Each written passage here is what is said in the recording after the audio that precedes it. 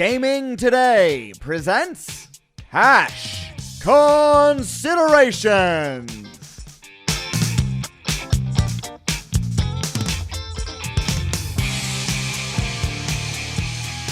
Welcome to the Cash Considerations podcast. Today is Thursday, August 27th. 2 weeks away from the start of football season, NFL opening night.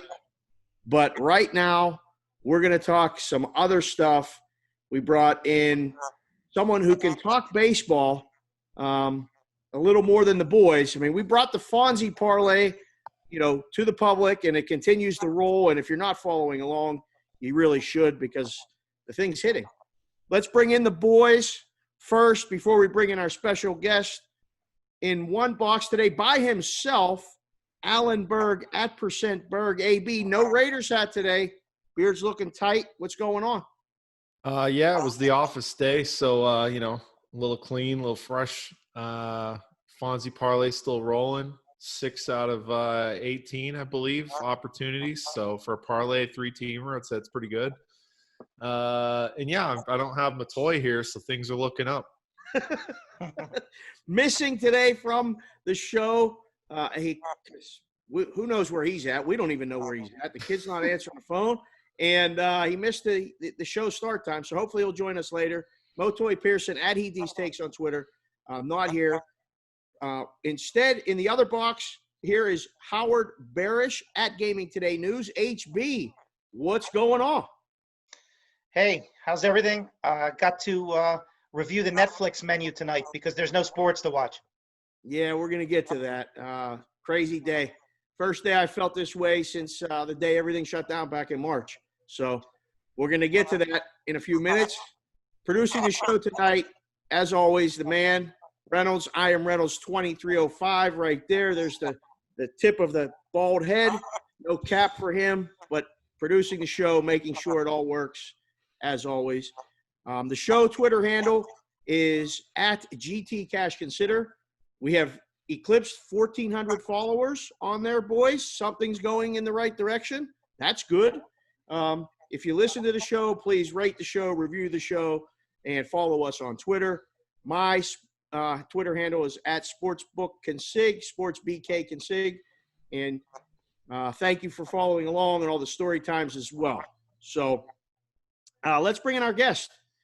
He is esteemed baseball writer and fan of the show, boys. I mean, this is a guy that's been listening to the show. Twitter has a lot of, cesspool of shit and a lot of things going on. But Joe and I reached out and found each other through Twitter, and we got to bring him to the show today to answer some hard-hitting baseball questions. He's Joe Sheehan at Joe_Sheehan, SHEEHAN. And, Joe, we'll get to this in a minute, but the underscore usage really's got to go. I'm just telling you now. But you got more followers than me, so maybe it's working for you. Coming from a guy who has a handle that no one can figure out. Or spell. Yep. I know. It's working. He's a contributor at Sports Illustrated. He has his own baseball newsletter at joesheehan.com. And another hashtag girl dad. I got you right here, Joe. I feel you. Joe Sheehan, welcome to the Cash Considerations podcast. How are you? Good, fella. It's good to be on. As Dave said, I've been listening to this show for a while now. I love what you guys do, the way you were able to put it together, even though there were no sports. And I'm happy to come on tonight. Fantastic. And right off the bat, Joe said he was going to get a haircut for the show. For the viewers that see the show on YouTube, he came in hot. He got in here and said he's the best looking guy in the show. Who am I to dispute that? For the listeners, you can find him at joesheehan.com. Joe, first question for you. New York City born, USC grad, found your way all the way out to L.A., came back to New York City. Usually when you go west, you don't go back. You're back in New York City. You're a New York City guy. Yankees or Mets? Yankees. I grew up maybe 10 minutes from the stadium. I was all the way uptown. You could walk to the stadium, but usually it was just like a couple of quick bus rides. I'd be there 20, 30 times most summers growing up. Don Mattingly was my hero growing up. I just missed the 77, 78 teams. So the 80s were kind of tough. I like to say George Steinbrenner ruined my childhood. But it was Yankees all the way. And don't get me wrong. I mean, we'd go out to Shea Stadium. I've got some good memories out there. I was at an 18-inning game there when I was 9. Got to see Tom Seaver Day. Got to go during that 86 run. But, I mean, a Yankee fan, even if it's not what it was when I was 12 years old, I still, I'm raising the daughter to be a Yankee fan. Oh, of course, you have to. There's no choice there. I mean, you saw some bad baseball as a kid, and you wouldn't want to subject your daughter to bad baseball with the Mets. So it's all Yankees for you, no question. We've had a debate on the show, and listeners have chimed in. We've got some tweets and different things. And our man Mo had a classic rant. And I'm going to just ask you the question, Joe, who is the best team in baseball right now?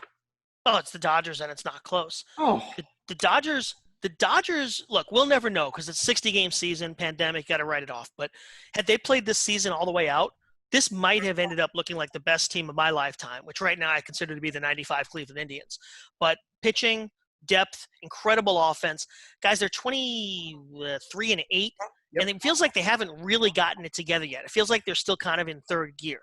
So, no, to the Dodgers, there's a gap between the Dodgers and then I mean, it's really kind of interesting because the Yankees and Astros haven't played all that well. If you look at right now this year, the A's are probably the best team in the American League. You look at the Rays. You look at those teams in the Central Division, including the one I'm sure you're going to ask me about. But there's a gap, really, between the Dodgers and everybody else.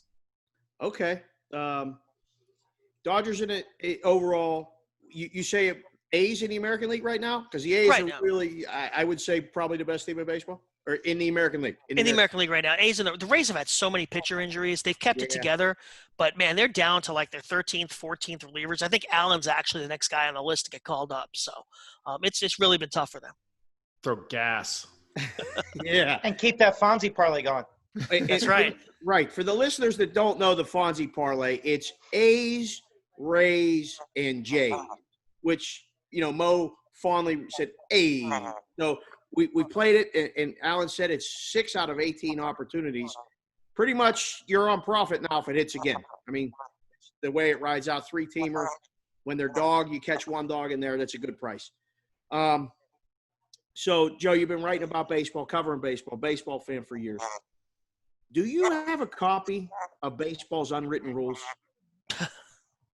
No, and I'm glad I don't. Such nonsense. And, I think that I'm 49, and I think everybody younger than me at this point is really starting to come around to this idea that the unwritten rules are nonsense. We had the thing last week to Tatis, and the whole thing where, if the guy crowds the plate, you throw it at him, or just nonsense things about baseball that have existed for a long time. And slowly but surely, we're getting those things out of the game. And you'll never get them completely out. There are kids who will be taught by people who still believe in it, that this is the way to go. But by and large, the game is changing. It's getting younger. It's getting smarter.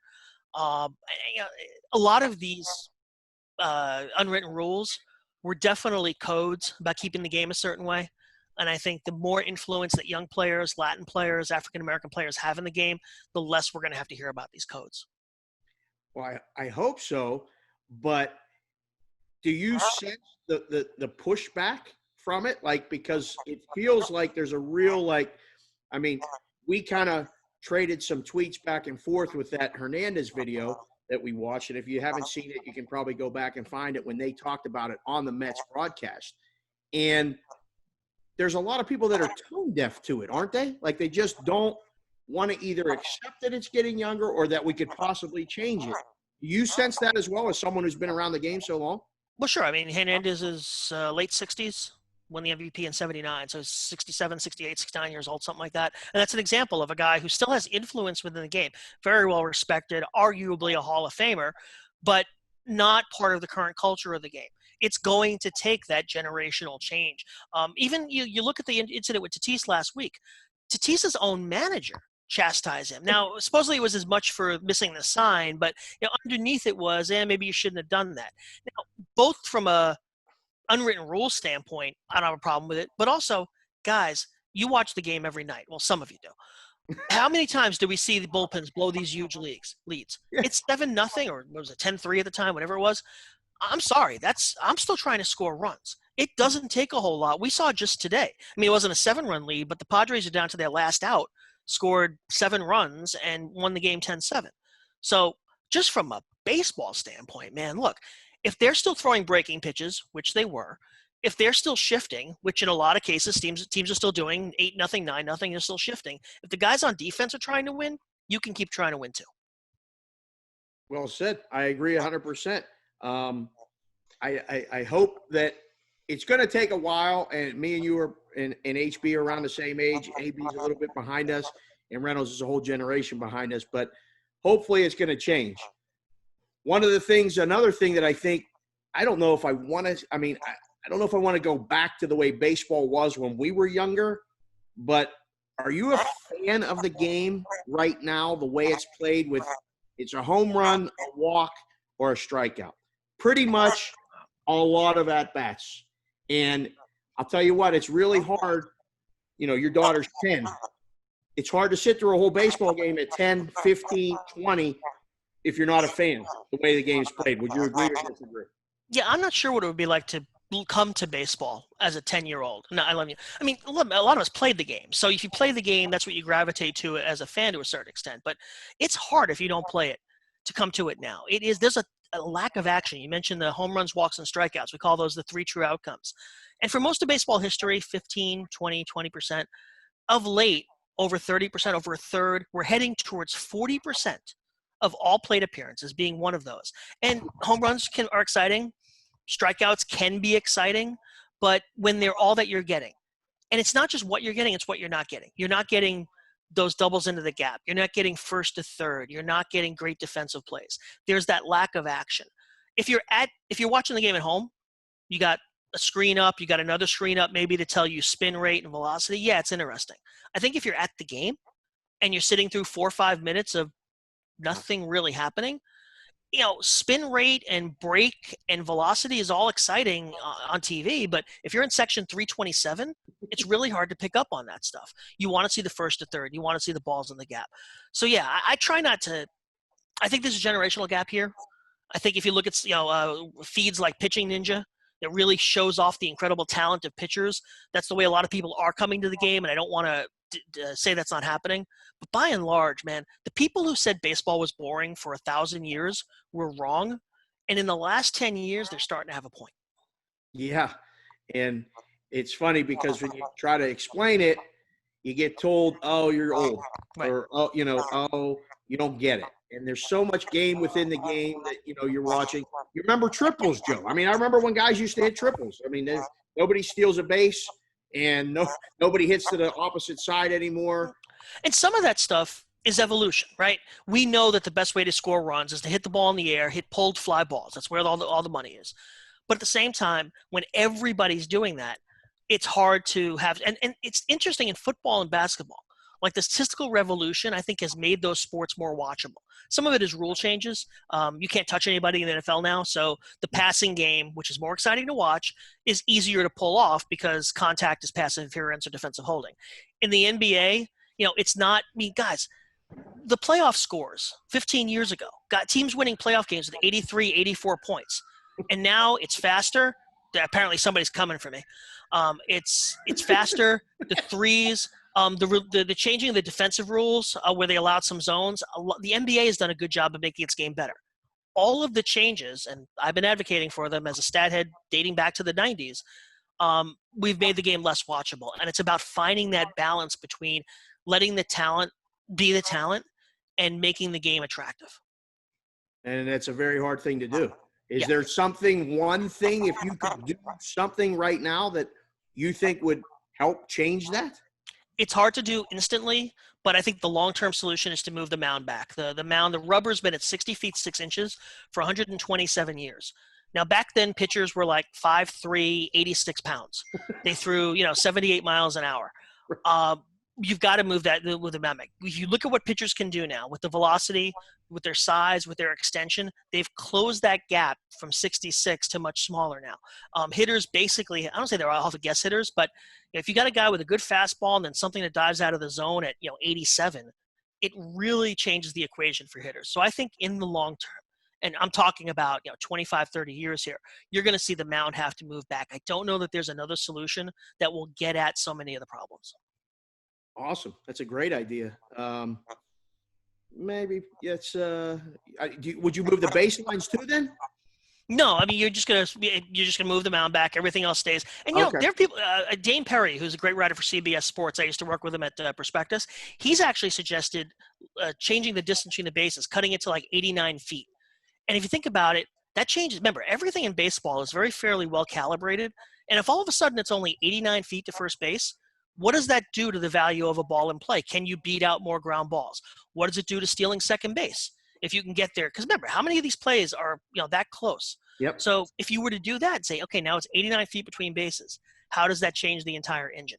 Baseball worked out a deal with the Atlantic League, an independent league, that it was going to try out a bunch of rules there. And they did it last year, and then they were going to move the mound back, and they didn't. But I'd like to see baseball do this, whether it's the Atlantic League or creating its own league that says, you're going to be the test bed. We're going to beta test all of these weird rules, and it's going to be 89 feet between the bases, and we're going to play with no fences, or we're going to play with 25 feet high fences, or we're going to move the mound back. Just create this beta test bed where you can figure out what works and what doesn't. That's awesome. Speaking of beta test, I'm going to AB defer right here to ask you a question. What do you got, AB? I want to know, when in the hell are they going to make it so that a computer decides balls and strikes? Because if I lose another bet where the ball goes straight down the middle for strike 3, I'm going to lose my mind. No, I wish they would. Now, this is something they experimented with, again, last year in the Atlantic League. They were going to do it in, I believe, the Florida State League in A-ball this year. Obviously, the Florida State League doesn't exist. Baseball is going to have other priorities for a little while now, but I'm with you. I've been advocating for this for years. You go back, I mean, there have been some really bad ball and strike calls over the years. Think about Levon Hernandez with Eric Gregg back in '97, and I'm sure we can come up with others. But every night I see a 1-1 pitch that's outside get called a strike. And that's an enormous call. When you go from 1-2 to 2-1, it's an enormous swing of value between the pitcher and the hitter. And umpires are making this call all the time. The return of the outside strike, I'm seeing a lot of this year, where the pitch 2 inches, 3 inches off the plate, a pitch that's never designed to be hit, is being called a strike. So, Alan, I'm absolutely 1,000% with you. I would really like to see them do this. It's going to take a while. The people who run the technology will tell you that it's maybe not quite there yet, and they are going to probably have to modify the actual strike zone. The automated system will call pitches that are simply not designed to be hit. So when you do this, you'll have to say, okay, we're saying that strikes are now above the knee to, midway through the belly button and the rib cage or something like that. But you've got to make it so that it's calling hittable pitches strikes. We're not going to get there in the next year or two. My hope is that we get there by the end of the decade. And I would love to see this. I think it would make a huge change. It would also, to me, once you make pitchers throw actual strikes, you then you should get more balls in play out of that. Because right now, a lot of the game is just a pitcher gets ahead 0-1 and then just throws the ball outside the zone 5 times until we get to 3-2. So make the pitchers throw actual strikes. Yeah. And it's funny because I think that point right there would make it so that you might not even have to move the mound back as much either because of that. Yeah. Yeah. The whole goal has to be more balls in play. That's got to be the first thing baseball's looking at. Yeah. Absolutely. More balls in play. We'll see more action. We'll see probably scoring again. Maybe someone will learn how to steal bases again. That's a lost art. Nobody does that shit anymore. Have you ever seen anything like you saw today, Joe, with the games being, the messages were coming across our Dawn Best screen, canceled because of solidarity. And then, the Mets didn't come across. The Mets took the field, laid the Black Lives Matter shirt on home plate, and left the field. Have you ever seen anything like this ever in the history of your life in baseball? No, and I think it's a moment. I think you could see some of this coming today because of what we saw yesterday. It was a slow trickle out. Once the Bucks decided not to play in the NBA yesterday, you saw some baseball teams react to that over time. Some of the early games were played, I think, just because there wasn't enough time to make that choice. Teams had a little more time to prepare today to make their statements. As we talked about before the show, only the double headers that kind of had to get played were played today. All the individual games were postponed for these reasons. I don't know. I'm trying to think. I mean, obviously we all lived through in sports, March, whatever it was, 14th, when all the college tournaments got canceled in a row. And that was a very strange day. I was in Los Angeles as a student at USC for the 1992 riots. And I remember the Dodgers games were canceled that weekend. I mean, there's been earthquakes, hurricanes, things like that. The Astros series was, truncated because of the hurricanes that are about to hit. But in terms of baseball players being socially active in this way, we don't see a whole lot. It's a culturally conservative sport. We talked about that, earlier in the conversation. I think we expect the NBA to lead on these things. And for baseball to have stepped up in this way, did they do it perfectly? No. It's a little haphazard, but that's kind of the nature of baseball. But they're trying. And I think anything we can do to call attention to what's going on outside of sports right now, as I wrote today, I completely back whatever the players feel like they have to do right now. Fair enough. Tomorrow's Jackie Robinson Day, is it not? Yes, it is. Will we see baseball? We will. There's an organization now called the Players Alliance. Many of the players are going to donate a day's pay, tomorrow's pay, to that new outlet. I think that's how they're going to honor both what's happening right now and the memory of Jackie Robinson and what he did. That's how Jackie Robinson Day will be noted. I don't think we're going to see another day of cancellations. I could be wrong about that, guys. This is a very quick moving story. One of the things with baseball is that you just don't have in a normal year, you don't have a lot of room to move these games. In this particular year, you have even less. So there is some real politic here where if the players were to take another day off, I mean, those games have to be made up at some point. So I think teams feel like, the teams have made their statement over these last couple of days. I do think we'll see more literal statements by players speaking out on these issues, but I also expect we'll see a full day of games tomorrow. Before I let you go, Joe, promote anything you have going on, your website, and where we can find more Joe Sheehan writings about baseball and anything else you got going. Well, I've written for a lot of places over the years, guys, but right now where I do most of my writing is the Joe Sheehan Baseball Newsletter. It's been running for its 11th season. You can get information at joesheehan.com, and it's no one thing. I kind of have a stat head mindset. I was one of the founding members of Prospectus. But really, I write about what I see in the game. I write about off-field issues. I do a lot of business and labor coverage. But some days I went to a game and this is what I saw. So it's a lot of different things. I love the game. I'm very lucky to be able to write about it and talk about it with guys like you. And if people want to get a look at it, they can check out joesheehan.com. There are excerpts of the newsletter there. There's links to buy it. There's also an email link. If you have any questions, click that link and fire off an email. Tell me you heard about it through the pod, and I'll send you a couple copies. Oh, that's fantastic. There you go. So joesheehan.com, you can find it there. Last question for you, Joe, before I go. My girl dad, bro, 3-0, up 7-0, 7th inning, bases loaded. Are you swinging or are you taking? I'm taking, but that's the hitter I was. And also remember, that was a long time ago. Look, left-handed hitter, left field, on-base guy, draw my walks. If I had Fernando Tatis's power, I'd be swinging. No, I was a take 3-0 guy. Oh, you were. My baseball career also ended at 15. So.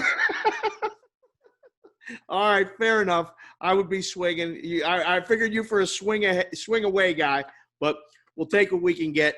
Thanks for joining us. Much appreciated. Staying up late for us back in New York City. Make sure everybody's in bed.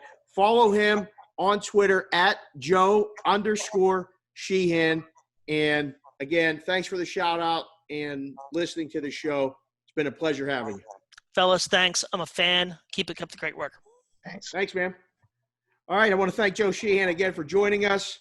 Before we move on to the rest of the show, I want to tell everyone to be sure to sign up for the weekly Gaming Today newsletter, which highlights the latest stories from the sports betting and casino industry world. All you have to do is put your email address in the box on the gamingtoday.com homepage. That was good stuff, boys. Joe said the best team he's ever seen is this year's Dodgers or the 1995 Cleveland Indians, who I was a big fan of. Carlos Baerga was one of my favorite players, but that was good. He said the Dodgers are the best team in baseball. Mo's not here to defend it and give him shit. So, we're going to give Mo shit when we see him again. He'd have a different team every 2 hours. Of course, whoever wins. But now Joe, people are listening to the show on Friday. Hopefully you're checking baseball scores, and there is baseball being played. that's where I want to go. Today, I mean, I can't think of another word. It sucked. It just it being in the book and having the alerts come across, this game's canceled, this game's canceled. I don't know about you, AB. I've read the house rules more in the past month than I ever care to fucking read again in my life. And taking calls from books and, soups and things. What are we doing with this game? What are we doing with that game? You were in the office today. What did you feel today? I had so much going on. It was Jeff's last day. So that's right. that was like whether or not we had games on the board or not was like the least of my worries. Right. So, but yeah, I mean, obviously it's pretty surreal, but the fact that, the NBA already, I think, has said that they're going to be back on Saturday. I think everybody else will just fall right back in the line with, whatever their decision is. They just seem to be the torch bearer and everyone who follows them. And I don't know if that's good or bad, but it's where we're at. So HB, did it surprise you the way the dominoes fell again today? Like, I mean, first in March, it was pandemic related. This is canceled. This is canceled. This is canceled. Today, it was obviously for different reasons, but were you surprised by it or how did you take it from where you I think it's quite parallel. The Rudy Gobert thing that Wednesday night back in March, and Adam Silver made a call. The NBA players made a call, and everyone just followed along. I don't want to say it's a copycat thing, but I think there's a situation where there's a league and a sport that obviously takes the lead and takes the first step, and everybody else just follows along. Are you surprised at all that golf didn't follow along? Golf's going to just golf. They're just playing. And it looked like it was the only thing on the screen. It was the only thing going on. They're not, calling the tournament. Until you mentioned it just now, I never even thought about it. It's Thursday. I go to look at the first round scores because I always do on Thursday. And until you just mentioned it now, I didn't think for a minute that those guys would politically protest. Yeah. Not for any reason. Yeah, no. I mean, I was watching it as well, and I was going, I don't know if this is something that I'm seeing that maybe no one else is seeing, or the irony of watching these guys golfing while other people are taking this other position.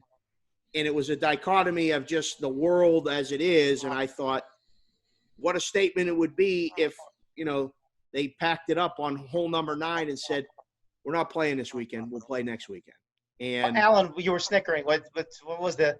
I'm just sitting here going, I don't even know if I want to start stepping in this mud right now. Yeah. I know. I'm like, the one thing I will say with this whole thing is, like, I found it very interesting that the NHL seemed like they wanted to keep going.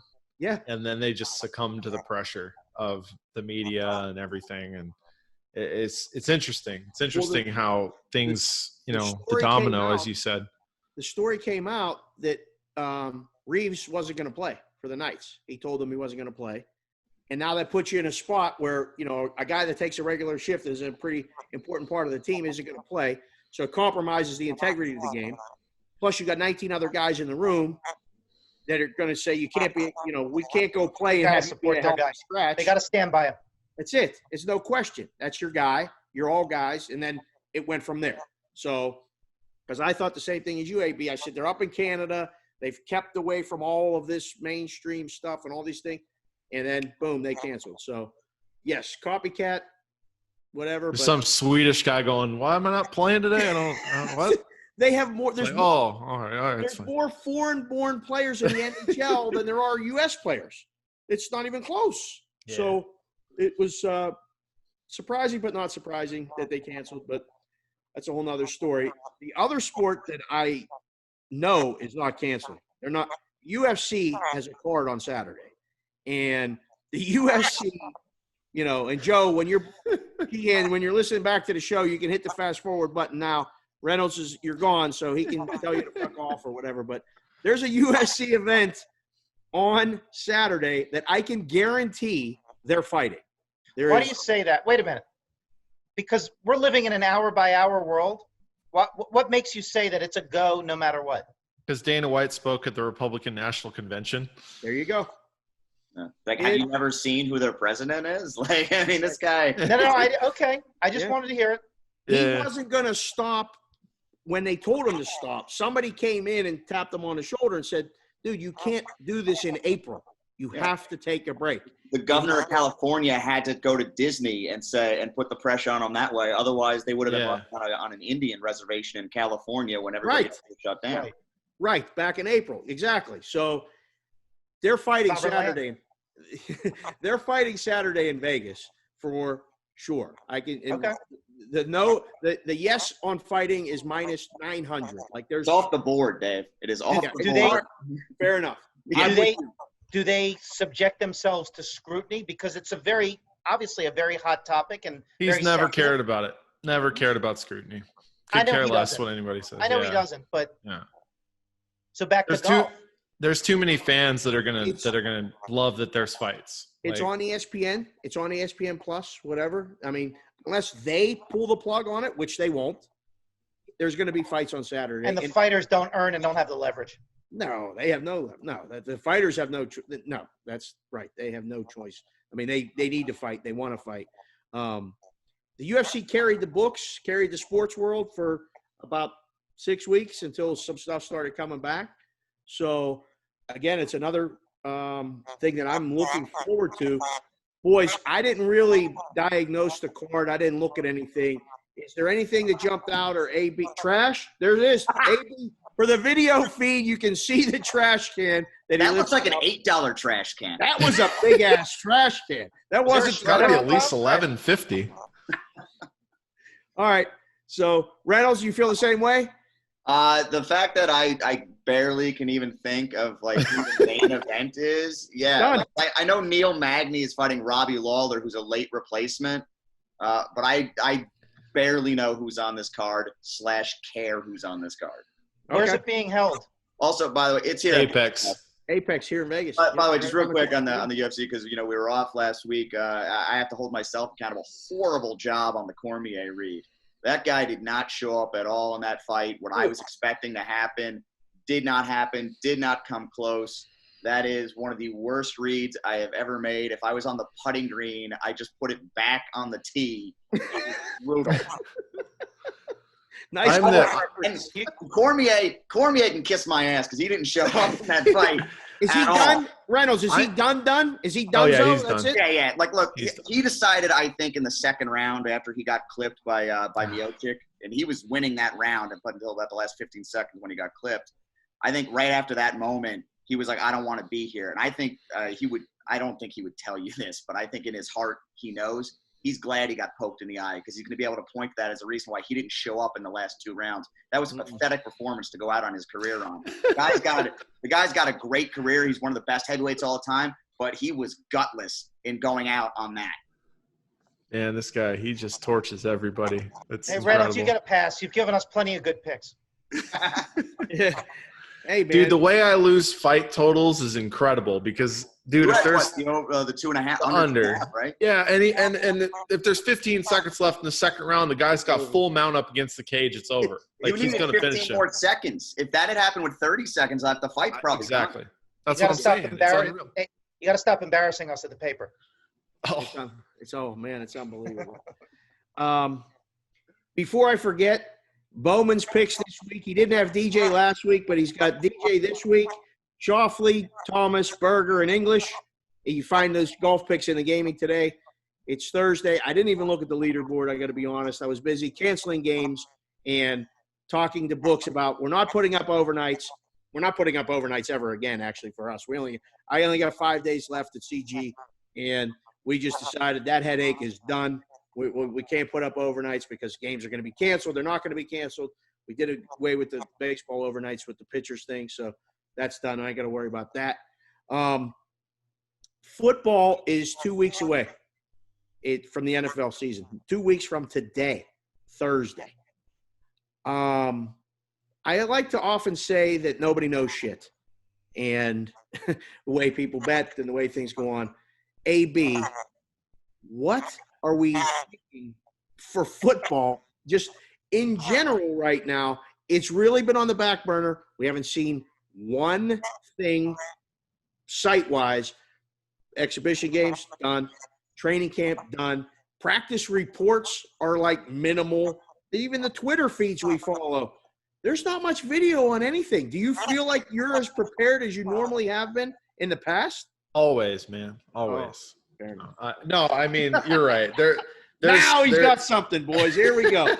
There, you know, like, I guess all I can say is that, you know, week one is always hard.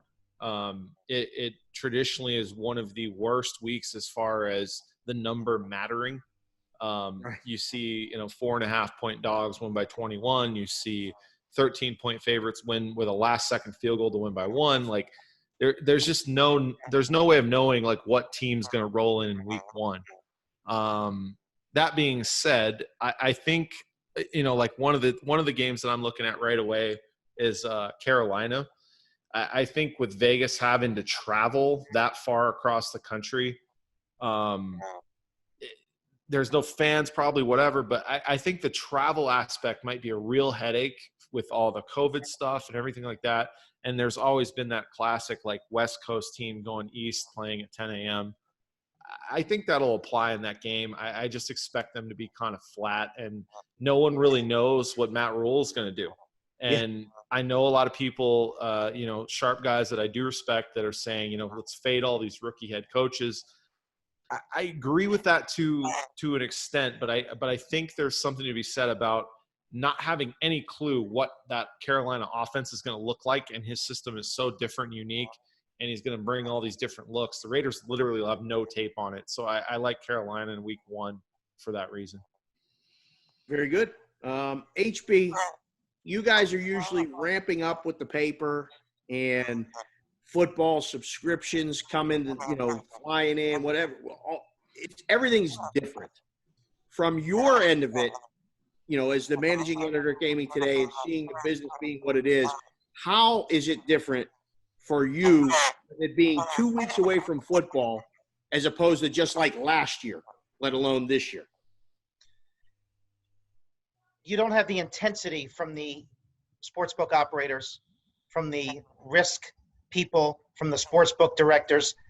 You know, we're still just fresh in getting back to work in places opening. So people are just finding their legs, so to speak. And now football's here. And usually, Alan, you can speak to that, as can you, Dave. It's a 4 or 5 week ramp up. There's an intensity 4 to 5 weeks out before the NFL, getting your operations in place, having the writers, having the risk people, the parlay cards, everything else that goes along with it. Getting a look at the preseason. You know how Alan says, I got nothing? Right now, I don't have much. Yeah, it's such a trying time for so many people, you know, not just in the media business, but in the book business like us. And we got our own bullshit going on right now with, you know, transfers and takeovers and, you know, different things happening. There's just so much in flux right now that, like AB said, the games being canceled today was low on the priority list of things happening. So, you know, we're glad to just keep talking about it and bringing the podcast to you guys who listen. But, man, it's hard to believe it's 2 weeks away. Before I get to the take a minute segment and move on and get ready to close the show, I'll start with you, HB. Is there any chance that the NFL either pushes back games or cancels games in 2 weeks? I think it's possible. I have read and heard that they've sort of given themselves 4 weeks on the back end of the season to use. So if there are still problems at camps, you know, if there are still social unrest that continues for the next few weeks, I think they can buy themselves 2 or 3 weeks, and they would just push everything back. We'd have a February 21st Super Bowl. AB, week one, NFL. We seeing it? Yes, no. What's the price? Oh, God. I'd say like minus 5,000, yes. Okay. I think at this point, we're too close. Okay. But I think to Howard's point, I could see where the travel ends up becoming a problem, and then they have to start shuffling stuff around similar to what baseball's had to do. So it wouldn't surprise me if all of a sudden teams are going to have weird bye weeks, and then they're going to play in week 18 and things like that. So, yeah, I mean, who knows, man? It's always changing. You got organizations that are saying one thing one day, and then they change the next, and then they change again. And, yeah, I don't know. It's a mess. 9 teams canceled practice today, boys. 9. Well, that was all, yeah. I know, but not coronavirus. don't forget, it was 4 years ago that Colin Kaepernick kneeled, and the NFL blackballed him, and he's out. And now everybody's doing it. There's no social unrest everywhere, protests all over the place. The country's in turmoil in a lot of ways. And now the NFL is going to say to the players, it's okay, you can kneel, or it's okay to express yourself. Pretty much some irony there that is left unsaid, and the NFL can be viewed as being a little hypocritical in my opinion. But we'll hopefully have some football, and we'll have jobs and things to talk about and do and bet on. We won't even touch the college because Mo's not here. There's still things going on. Isn't there a game in like a few days? Yes, Austin P is playing somebody on Saturday. There's a game. It's going to be on TV. Let's hope it plays. Incredible. And conferences. I heard something today that the Big Ten is trying to maybe going to play in October now. No one knows anything, but you're going to see football in a few weeks on college. Kids are going to get sick. Hopefully everybody's going to be fine. But we'll talk about that when we get to that point. College football super conference with relegation, English Premier League style. Relegation should be a part of every professional. Incredible. Think you imagine a 12-team college football thing that was like that? Oh, be the greatest thing ever. The Pirates would finally be relegated to AAA. It would be we would stop the bullshit that we are finally win a championship someday in AAA. That's it. Yeah, we could bring back the We Are Family stuff. That would be great. They would beat Pawtucket. Perfect. I'll take it. Pittsburgh versus Pawtucket World Series 2023 for the AAA World Series. There you go. Perfect. All right, before we get to sick when the Isotopes beat the Yankees. Before we get to the Take a Minute segment, we always talk about the Gaming Today digital subscription, but we also should mention how it all got started. The Vintage Gaming Today print edition can be found in virtually every sportsbook in Nevada, as well as sportsbooks at casinos in 9 other states now. You get award-winning content analysis, stats, selections, gaming industry news, casino news, and more. It's everywhere from Oregon to Pennsylvania. It's Gaming Today in vintage print form. And right now, currently, HB, it's what, $185 for a year subscription delivered? VIP Plus is the platinum plan. You get a paper mailed to you 52 weeks, first class, because a lot of people still like to hold that paper in their hand. And you also have all access on the GamingToday.com website. There you go. And that includes, you can find the podcast on the Gaming Today website. There's a button to get the top link. right. Yep. So it makes it We easy. should have a punch him a toy in the face contest for any subscriber long term. That's a great idea, actually. Yeah. That will, leave a review and mention that, and we'll retweet it, and we'll try to get that possibly done. By the time we can all get back close to each other again, we'll have a punch a toy in the face contest. I like it. At Heed These Takes. Mo, when you listen back to the show, that's what you get for not showing up. All right. Take a minute. I'll start with you, HB. What do you got? Anything tonight for the Take a Minute segment? I do. Why not? Yeah. I had the pleasure today with one of our staff writers to spend an hour with Derek Stevens down at the D. And we are doing a feature story on Derek next week. And we are talking about his 2 contests, the Circa Million and the Circa Survivor. This man has kept to his word. He has not pivoted and changed the prizes. He's got a guaranteed $4 million. And we are 2 weeks away. You guys know math. Your careers are math. Yeah. This is a situation where there is such an overlay, especially in the million. There's 636 people signed up. They need 3,000. So, folks, if you can get to town, if you can get a friend, if you can gather up some fraternity brothers, some alumni, whatever age group. DMs are open. DMs are open. Sorry, go ahead. This is a great situation. You pick 5 games against the spread every week. There's quarterly prizes, and the top prize is $1 million at the end of the season. He is opening up this new resort a little bit in October, the full thing in December, and he is a man of his word, and just a fantastic situation there. There you go. You can find that. That's with Circa Sports. They're at Circa Sports, friends of the show. That's where Mo works. And it's a good contest. It'll drive you crazy, but you'll have an opportunity of a lifetime that you don't normally have. AB, anything tonight for Take a Minute before we move into September? Yeah, I would say I recommend these High Noons. Yes. There it They're is. very good. Video feed, High Noon, vodka and soda. If you're listening and you know anyone at High Noon, tell them to send me a DM or send Reynolds a DM. We're going to talk about sponsorship opportunities. Yeah. All right. Perfect. That's it? That was it. 10 seconds. That's He's a man of few words. Very, very big impact, though. I always go to empty on the podcast, so when I hit that level, there's only so much left. High noon All right. must be empty. There you go. E. Some left. I'll take my minute right now.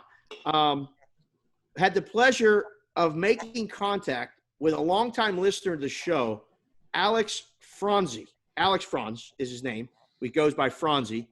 And he started listening to the show back when we started.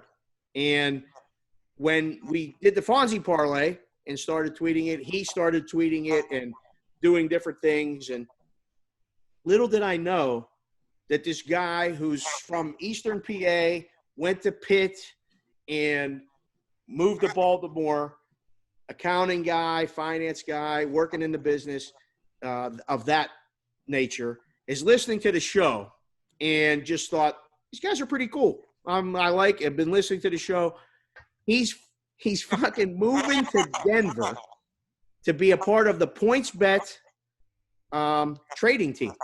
So young guy, 29 years old, said, fuck it. I'm getting out of what I'm doing. I'm taking my shot and getting in the business. Did the interview process, got hired, and I wanted to give a big congratulations to him.